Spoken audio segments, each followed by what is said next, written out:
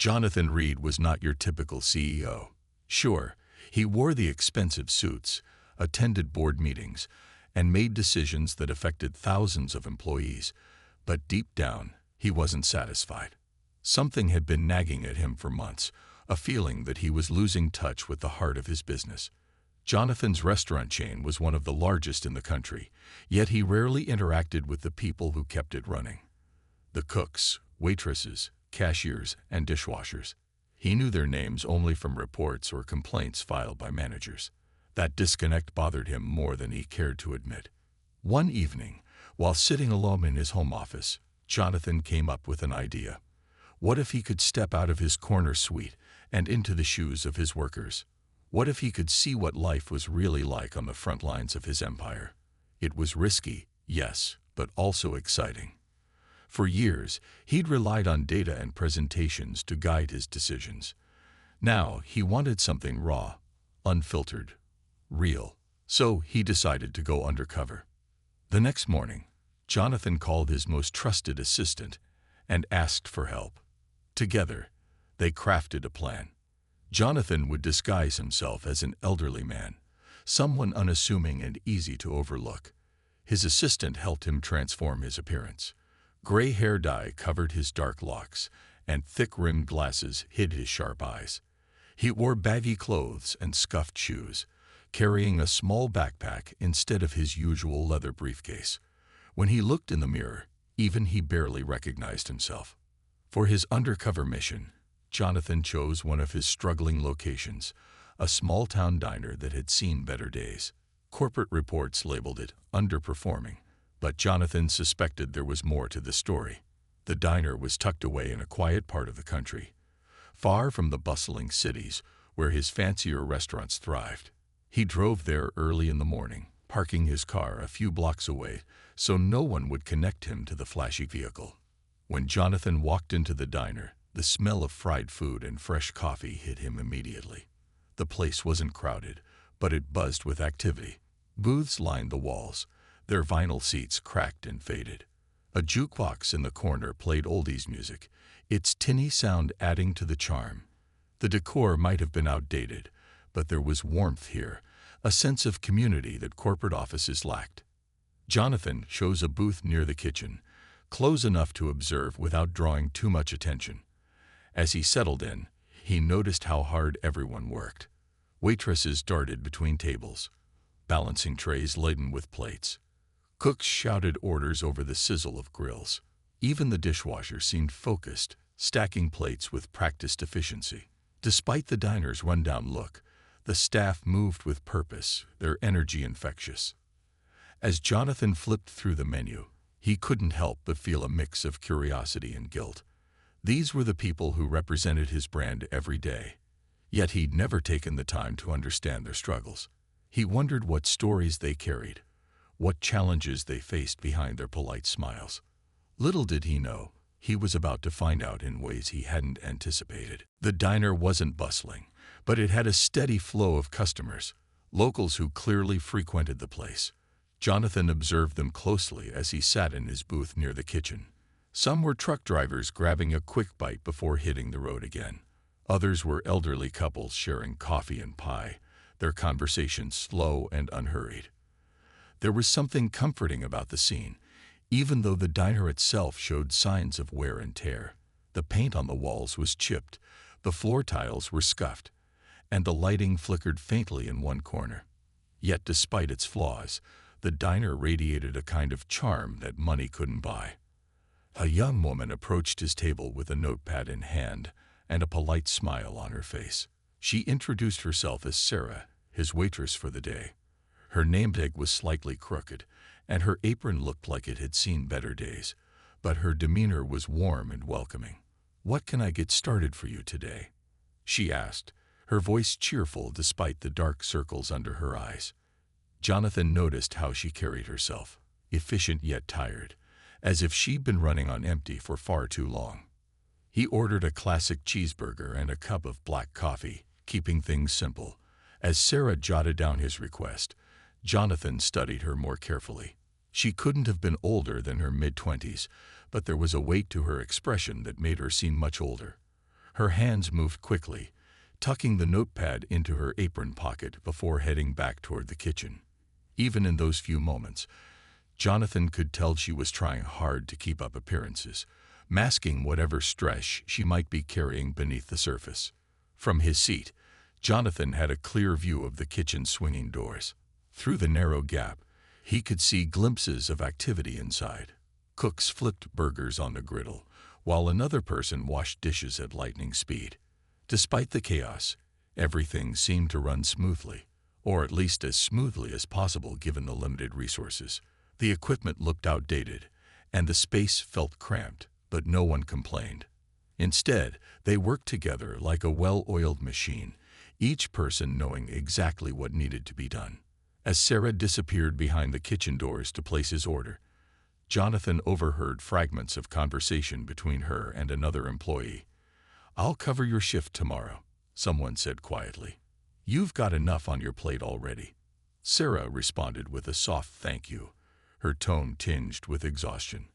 Another voice chimed in, mentioning something about hours being cut again. Jonathan leaned forward slightly, pretending to adjust his glasses so he could hear better. It was clear that these weren't just casual complaints. They were real concerns, rooted in struggles that went beyond the walls of this diner. Despite the tension in the air, Sarah returned to his table moments later with a fresh pot of coffee. She refilled his cup without being asked, her movements practiced and efficient. Jonathan decided to test the waters a little. "How long have you worked here?" he asked casually, his voice gentle to avoid sounding intrusive. Sarah hesitated for a moment, then smiled politely. "About 3 years now," she replied. "It's not perfect, but it's home." Her words struck a chord with Jonathan. Not perfect, but home. He wondered what she meant by that. Was it the people, the community, or was it simply because she didn't have anywhere else to go? Before he could ask more, Sarah excused herself to check on another table. Watching her move around the diner, Jonathan couldn't shake the feeling that there was more to her story than met the eye.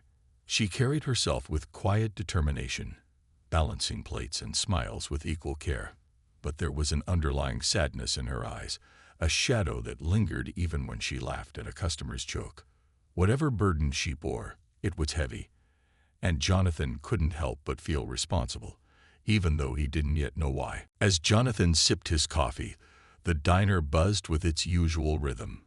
Plates clattered, customers chatted, and the faint hum of the jukebox played in the background. But something felt different now. The brief exchange with Sarah had left him intrigued and uneasy. She seemed kind, hardworking, and resilient, but there was a heaviness about her that he couldn't ignore. It wasn't just exhaustion from long hours. It was deeper, more personal. And then, just as he was lost in thought, he heard it. Muffled sounds came from the kitchen, soft at first, almost unnoticeable. At first, Jonathan thought it might be the hiss of the grill or the clang of pots and pans. But as the noise grew clearer, he realized it wasn't any of those things. It was crying. Someone was sobbing quietly, trying to muffle their tears so no one would hear. The sound sent a chill down Jonathan's spine. He glanced around the diner, but no one else seemed to notice, or maybe they were used to it by now. The cries came again, louder this time. They weren't dramatic or loud enough to draw attention, but they carried a weight that made Jonathan's chest tighten. He leaned slightly forward in his seat, pretending to adjust his hearing aid, a prop he'd added to his disguise, for a better listen. Through the gap in the swinging kitchen doors, he caught glimpses of movement. A figure stood near the prep counter, shoulders shaking. Another employee hovered nearby, patting the person on the back and speaking in hushed tones. It didn't take long for Jonathan to recognize the voice. It was Sarah. Her sobs were soft but unmistakable. Filled with emotion, she clearly didn't want anyone else to hear. The other worker whispered words of comfort, urging her to take a moment to breathe. "You've been holding it together for too long," the coworker said gently. "It's okay to fall apart sometimes." Jonathan's heart sank. He wanted to look away, to give her privacy, but he couldn't. Something about her pain pulled at him, making it impossible to ignore. He strained to catch snippets of their conversation without seeming obvious. From what he could gather, Sarah was struggling, not just with work, but with life outside these walls. Words like bills and medicine floated through the air, along with mentions of her son. Whatever burden she carried, it was crushing her. The guilt hit Jonathan like a punch to the gut. He knew his company's policies had tightened budgets across all locations, cutting staff hours and trimming operational costs. He'd justified those decisions as necessary for keeping the business profitable, but now he wondered, had those choices broken people like Sarah? Was she paying the price for his bottom-line thinking? Sarah wiped her eyes and took a deep breath, composing herself before stepping away from the counter. Jonathan quickly looked down at his menu, feigning disinterest as she reappeared from the kitchen. When she returned to his table moments later, her smile was back in place, though it didn't quite reach her eyes. She carried a plate with his cheeseburger, setting it down carefully. "Here you go," she said, her voice steady despite the storm she'd just weathered. "Can I get you anything else?" Jonathan shook his head, unable to meet her gaze directly. "No, this is perfect," he replied, forcing a small smile. As she turned to leave, he watched her walk away, wondering how many others like her existed within his company. How many lives had been upended by decisions made in boardrooms far removed from reality. The cheeseburger sat untouched on the table in front of him. For the first time in years, Jonathan wasn't hungry. His mind raced with questions and emotions he hadn't anticipated. What could he do to help her? Could he even begin to fix the damage caused by policies he championed? More importantly, did Sarah deserve to bear the weight of his mistakes? For now, all he could do was sit there, listening to the hum of the diner and the quiet strength of the woman who had unknowingly shaken his conscience. Months had passed since Jonathan's undercover visit to the diner, and the changes he'd implemented were undeniable. The once struggling location was now thriving, a testament to what could happen when people felt valued and supported. Bright new paint covered the walls, replacing the faded hues that had once signaled neglect. Fresh flowers sat on each table, adding a touch of elegance to the cozy space. Even the jukebox had been repaired, its melodies filling the air with nostalgia. On a crisp autumn morning, Jonathan returned to the diner, not as an undercover observer, but as himself. This time, there was no disguise, no need to hide who he was. Word of his arrival spread quickly among the staff, and by the time he walked through the door, the entire team gathered around to greet him. Smiles lit up their faces, and several employees stepped forward to shake his hand or give him hugs. Sarah stood near the counter, watching the scene unfold with quiet pride. "Welcome back, Mr. Reed," she said warmly as the crowd began to disperse. "It's good to see you again." "It's good to be back," Jonathan replied, returning her smile. "How have things been here?" Sarah gestured toward the bustling diner, her eyes shining with gratitude. "Better than ever. Look at this place. It feels alive again. And it's not just about the new equipment or the extra hours. It's the way everyone feels. Hopeful, like we're part of something bigger." Jonathan nodded, absorbing her words. He knew the improvements hadn't happened overnight, but seeing the results firsthand made all the effort worthwhile. "That's exactly what I wanted, for everyone to feel like they matter. Because you do, Sarah. All of you do." As they chatted, other employees joined in, sharing stories of how the changes had impacted their lives. One cook spoke about finally being able to afford braces for his daughter. A dishwasher mentioned how the Employee Assistance Fund helped him repair his car after a costly breakdown. Each story reinforced Jonathan's belief that leadership wasn't just about numbers or profits, it was about creating opportunities for people to thrive. Later that afternoon, Sarah invited Jonathan to sit down with her during a rare quiet moment. Over cups of coffee, she opened up about her own journey. "I almost lost my house," she admitted softly. "But thanks to everything you've done, the fund, the restored hours, I'm starting to get ahead. My son's doing better too. His asthma is under control now, and he's back to playing soccer. For the first time in years, I feel like I can dream again." Her honesty moved Jonathan deeply. "You deserve every bit of happiness, Sarah," he said sincerely. "And I want you to know, your strength inspired me. If it weren't for meeting you, I might never have realized how much work we needed to do." Sarah laughed lightly, shaking her head. "Funny, you came here thinking you were learning from us. But really, you taught us something too. You showed us that change is possible if someone cares enough to make it happen." The bond between them had grown stronger over the months, built on mutual respect and shared experiences. Sarah no longer saw Jonathan as just a powerful CEO. She saw him as a man who had listened, learned, and acted. And Jonathan, in turn, saw Sarah as a symbol of resilience, a reminder of why his company existed in the first place. By the time Jonathan left the diner that evening, the sunset casting golden light across the parking lot, he felt a profound sense of fulfillment. His journey had started with guilt and uncertainty, but it had transformed into something far greater: purpose. He realized that true success wasn't measured by stock prices or market shares. It was measured by the lives touched along the way. As he drove away, Jonathan glanced back at the diner one last time. Its windows glowed warmly against the dusk, a beacon of hope and community. Inside, laughter echoed and plates clattered, a symphony of hard work and renewed spirit. For the first time in years, Jonathan didn't feel like a distant figurehead. He felt connected to his employees, to his customers, and to the values that truly mattered. And though his journey was far from over, he knew one thing for certain: compassion wasn't just good business. It was the foundation of lasting change. True to his word, Jonathan didn't waste any time. Within days of his visit to the diner, changes began rolling out, not just at Sarah's location, but across all struggling branches in the chain.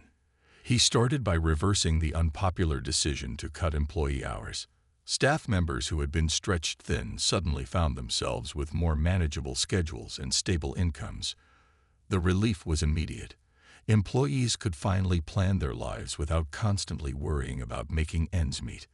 Next, Jonathan authorized a significant investment in updating outdated equipment. At Sarah's diner, this meant replacing the ancient grills that frequently broke down and installing new dishwashers that worked twice as fast.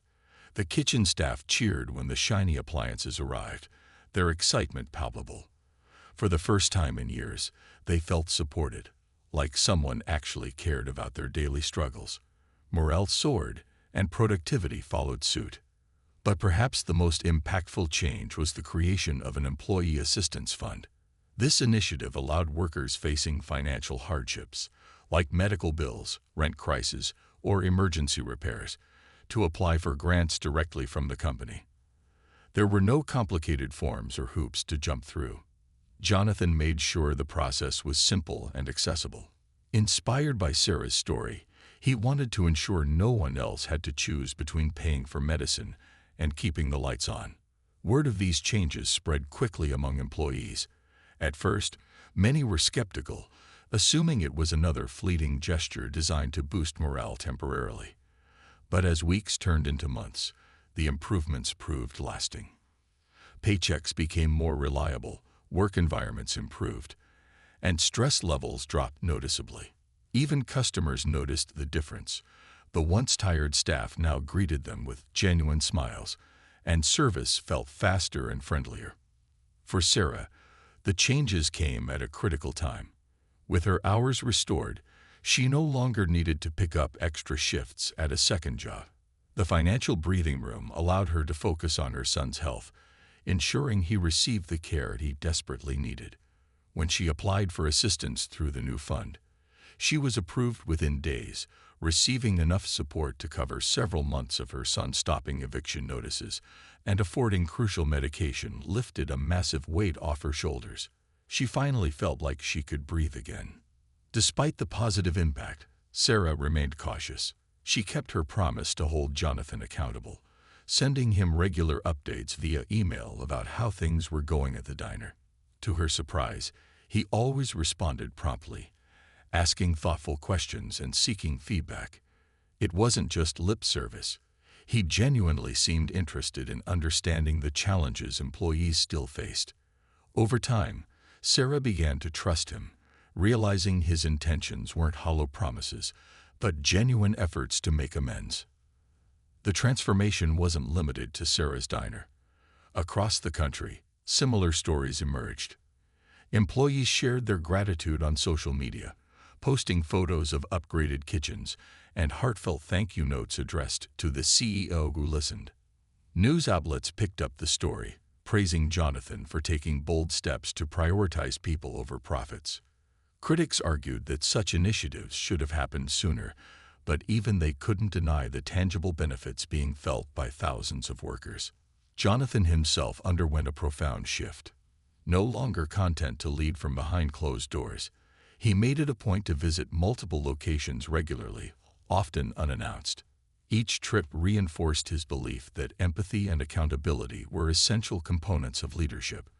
By listening to his employees and acting on their needs, he not only strengthened the company, but also rebuilt the trust that had eroded over years of impersonal policies. As the months passed, Sarah watched her coworkers flourish under the renewed sense of stability. Laughter returned to the diner, replacing the tension that had once filled its walls. Customers commented on the warm atmosphere, unaware of the battles fought and won behind the scenes. For Sarah, life was far from perfect, but it was infinitely better than before. And for Jonathan, seeing the ripple effects of his actions reminded him why he had fallen in love with the restaurant industry in the first place. Because food brings people together, and so does compassion. Little did either of them know, the best chapter of their journey was yet to come. Jonathan watched Sarah as she moved between tables, her steps quick but deliberate. She carried plates with practiced ease, refilled drinks without being asked, and offered polite smiles to every customer. To anyone else, she might have seemed like just another waitress doing her job. But Jonathan saw something more. A woman fighting a quiet battle, holding herself together for the sake of her son and her livelihood. Her strength was undeniable, but so was her exhaustion. When she returned to his table to check on him, Jonathan decided it was time to act. He couldn't sit idly by while someone like Sarah struggled under circumstances he had unknowingly contributed to. "How's everything tasting?" she asked, her tone cheerful despite the weariness in her eyes. "It's great," Jonathan replied warmly, though he hadn't touched much of his burger.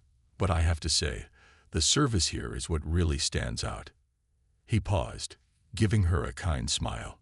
"You're doing an incredible job." Sarah blinked, caught off guard by the compliment. "Oh, thank you," she said, her cheeks flushing slightly. "I just try to do my best." "I can see that," Jonathan said, leaning forward slightly. "And I mean it. You've got a gift. People like you make places like this special." He hesitated for a moment before adding, "If there's anything I can do to help, don't hesitate to let me know." Sarah frowned slightly, confusion flickering across her face. "Help? Like what?" Jonathan shrugged casually, keeping his tone light. "Anything.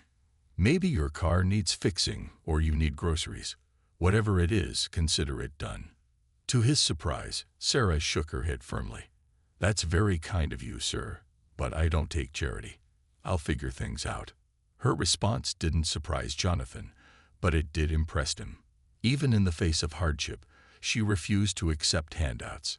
It spoke volumes about her character, and made him admire her even more. Still, he wasn't ready to give up. There had to be a way to help without making her feel uncomfortable. "Well, how about this?" Jonathan suggested, pulling out his wallet.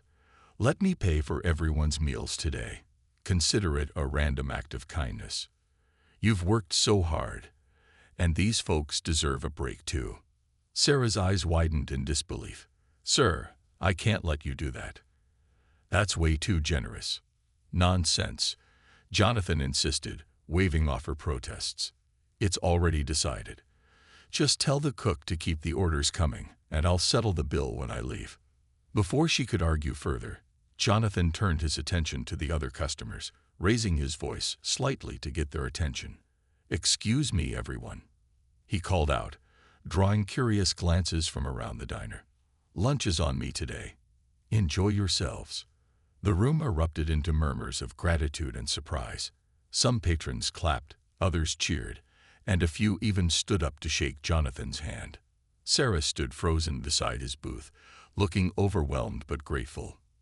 "Thank you," she whispered finally, her voice thick with emotion. "You didn't have to do that." "Yes, I did," Jonathan replied softly, meeting her gaze. "People like you remind me why places like this matter. You deserve a little good fortune." As Sarah walked away to handle the sudden flurry of activity, Jonathan felt a small measure of relief. He knew paying for lunch wouldn't solve all of her problems, but it was a start. More importantly, it gave him time to think about what came next. Helping Sarah wasn't just about easing her financial burden. It was about acknowledging her humanity, her worth, and the sacrifices she made every day. By the time he finished his coffee and prepared to leave, the mood in the diner had shifted. Customers lingered longer, chatting happily over free desserts. The staff laughed and joked as they cleared tables, their spirits lifted by the unexpected generosity. Sarah approached him one last time as he stood near the register. "I don't know how to thank you," she said sincerely, her eyes shining with unshed tears. "This means more than you'll ever know." Jonathan smiled gently, placing a comforting hand on her shoulder. "Just keep doing what you're doing, Sarah. You're stronger than you realize." As he stepped outside into the crisp afternoon air, Jonathan knew this was only the beginning. Paying for lunch was a gesture, but real change would take more effort. And for the first time in years, he felt motivated to make it happen, not because it was good for business, but because it was the right thing to do. As Sarah moved away to tend to another table, Jonathan sat frozen in his seat. The cheeseburger on his plate grew cold, but he barely noticed. His mind was racing, replaying the fragments of Sarah's conversation that had drifted out of the kitchen. Words like overdue bills, medicine, and my son echoed in his head, each one painting a clearer picture of her struggles. He clenched his fists under the table, frustration bubbling inside him. How could someone so young be carrying such a heavy burden? Jonathan leaned back against the vinyl booth, trying to piece together what he'd overheard. It wasn't hard to connect the dots. Sarah's hours must have been cut, something corporate headquarters had mandated months ago to save costs. That decision had likely made life even harder for her, forcing her to stretch already thin resources further. And then there was her son. Jonathan remembered hearing something about medical expenses. Was her child sick? Did she need money for treatments or prescriptions? The thought twisted his stomach into knots. He glanced around the diner again, taking in the worn-out furniture and outdated equipment. This place wasn't just struggling, it was barely surviving. Yet, despite everything, the staff worked tirelessly, their smiles masking the weight they carried. Jonathan realized with growing shame that he'd never stopped to consider how his decisions affected people like Sarah. To him, cutting hours or trimming budgets had been numbers on a spreadsheet, not lives being turned upside down. His gaze fell on Sarah once more as she refilled a customer's coffee cup. She laughed at something the man said, her voice light and friendly. But Jonathan could see through the act now. Her smile didn't reach her eyes, and her shoulders sagged slightly when she thought no one was looking. She was putting on a brave face, determined to keep going no matter what. That resilience both impressed and saddened him. Why should she have to fight so hard just to stay afloat? For years, Jonathan had prided himself on being a strong leader, someone who steered his company toward success. But sitting here in this diner, surrounded by people whose lives were shaped by his choices, he felt anything but proud. He wondered how many other Sarahs were out there, hard-working individuals silently bearing the brunt of corporate cost-cutting measures. Had he become the kind of leader he'd always despised? Someone who prioritized profit over people. Determined to learn more, Jonathan flagged Sarah down when she passed by his table again. "Excuse me," he said softly, making sure his tone was warm and non-threatening. "I couldn't help but notice you're really good at what you do. How long have you been working here?" Sarah hesitated, clearly surprised by the question. 3 years, she replied cautiously, her guard still up. It's a tough job sometimes, but I like it here. Jonathan nodded, leaning forward slightly. You seem like you've got a lot on your plate. Kids, family. He cringed inwardly at how clumsy the question sounded, but Sarah didn't seem to mind. I had a little boy, she admitted after a moment, her voice softening. He's 6, keeps me busy, but he's worth every second. There was pride in her voice, though it faltered slightly before she added, he's got some health issues, so things can get tricky sometimes. Jonathan's heart sank. So, his earlier guess had been right.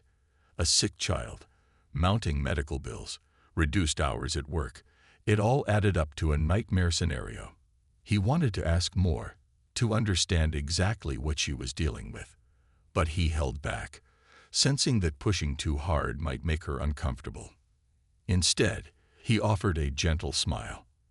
Kids are amazing, aren't they? They give us purpose, even when life gets tough. Sarah nodded, her expression thoughtful. For a brief moment, she seemed to let her guard down, allowing herself to share a sliver of vulnerability. Yeah, she said quietly. They're worth fighting for. Those 4 words hit Jonathan like a freight train. Worth fighting for. That's what Sarah was doing every day, fighting for her son, her livelihood, her dignity. And yet, instead of supporting her, his company's policies were making her battle even harder. The realization left him feeling hollow, acutely aware of the gap between the ideals he preached and the reality he created. As Sarah excused herself to check on another table, Jonathan stared at his untouched burger, guilt gnawing at him. He knew he couldn't undo the damage overnight, but maybe, just maybe, he could start somewhere. Starting with her. As Jonathan stepped outside the diner, he felt a strange mix of emotions swirling inside him. Pride for what he'd just done, but also an overwhelming sense of responsibility. He knew paying for everyone's meals was a meaningful gesture, but it wasn't enough. Sarah's struggles weren't going to disappear overnight, and neither were the systemic issues that had led to them. If he truly wanted to make a difference, he needed to address the root of the problem. And that meant revealing who he really was. He turned back toward the entrance and pushed open the door, stepping back into the warmth of the diner. The cheerful chatter from earlier had died down slightly, though the mood remained upbeat. Customers lingered over empty plates, savoring the last bites of dessert or sips of coffee. Sarah stood near the counter, chatting with another waitress while jotting notes on her order pad. When she noticed Jonathan walking in again, she looked surprised. Forgot something? She asked with a polite smile, tilting her head curiously. Jonathan hesitated for a moment, then nodded. Actually, yes. Can we talk privately for a minute? It's important. Sarah frowned slightly, clearly puzzled, but gestured toward a quiet corner near the kitchen doors. Sure. Is everything okay? Once they were out of earshot of the other customers, Jonathan took a deep breath. This was the moment of truth, the one where he would either earn her trust or lose it forever. Sarah, he began slowly, there's something I need to tell you. Something big. Her brow furrowed as she studied his face, trying to gauge his seriousness. Okay. Reaching up, Jonathan removed his glasses and tucked them into his pocket. Then, with careful movements, he wiped away some of the gray dye from his hair, revealing streaks of his natural dark color underneath. Sarah's eyes widened in confusion. What are you? My name isn't George, Jonathan interrupted gently, using the fake name he'd introduced himself with earlier. It's Jonathan Reed. I'm the CEO of this company, the one that owns this diner. For a long moment, Sarah simply stared at him, her expression unreadable. Finally, she blinked and shook her head. Wait, what? You're joking, right? I wish I were, Jonathan admitted with a wry smile. But no, I'm not. I came here undercover because I wanted to see how things really are for people like you. People working hard every day to keep our restaurants running. And let me tell you, Sarah, I've learned more in the past few hours than I have in years sitting in my office. Sarah crossed her arms, her skepticism evident. So, you're saying you're the boss. Why should I believe you?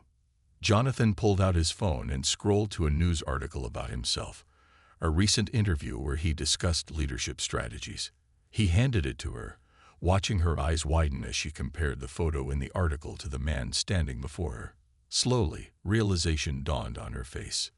"This is insane," she muttered, handing the phone back. "Why would someone like you come here? What's the point?" "The point," Jonathan said earnestly, "is that I've been failing you. And others like you. My decisions, my policies, they've made your life harder. Cutting hours, tightening budgets.